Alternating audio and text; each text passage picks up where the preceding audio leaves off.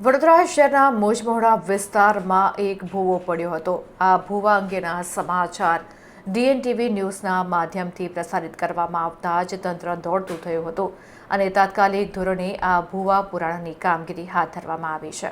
વડોદરા શહેરના મોજમોહડા વિસ્તારમાં વધુ એકવાર મોટો ભૂવો પડતા તંત્ર દોડતું થયું હતું। એટલું જ નહીં, આ રોડ પર જે ભૂવો પડ્યો છે તે રોડ પર યોજાનારી 13મી મેરેથોન દોડમાં આ રોડને સામેલ કરવામાં આવ્યો છે, જેને કારણે તંત્ર દોડતું થયું હતું અને યુદ્ધના ધોરણે ભૂવાને પુરાણ માટેની કામગીરી હાથ ધરવામાં આવી હતી। જો કે ભૂવો પડવાના સમાચાર ડીએનટીવી સમાચાર ચેનલમાં વહેતા થતાં જ તંત્ર દોડતું થયું હતું। જો કે આ રોડ ઉપર વારંવાર ભૂવાઓ પડતા સ્થાનિક લોકો પણ છેલ્લા 2 વર્ષથી હેરાન પરેશાન થઈ રહ્યા છે। ત્યારે આ સમસ્યા મુદ્દે વોર્ડ નંબર 12ના કોંગ્રેસના અગ્રણી કાર્યકર દ્વારા પ્રશ્ન ઉઠાવવામાં આવી રહ્યા છે।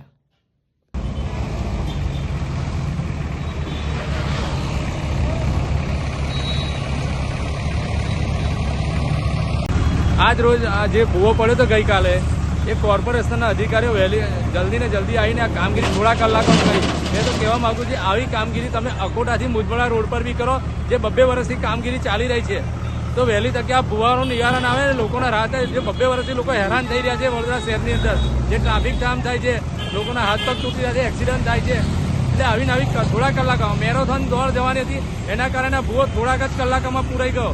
એટલે મુજમોડા જે અકોટા રોડ પર જે ભૂવા પડે એ કામગીરી ગટર લાઇનની જાય વહેલી તકે પૂરી કરવામાં આવે અને લોકોને રાહત રીતે આ રીતે કામ કરવામાં આવે।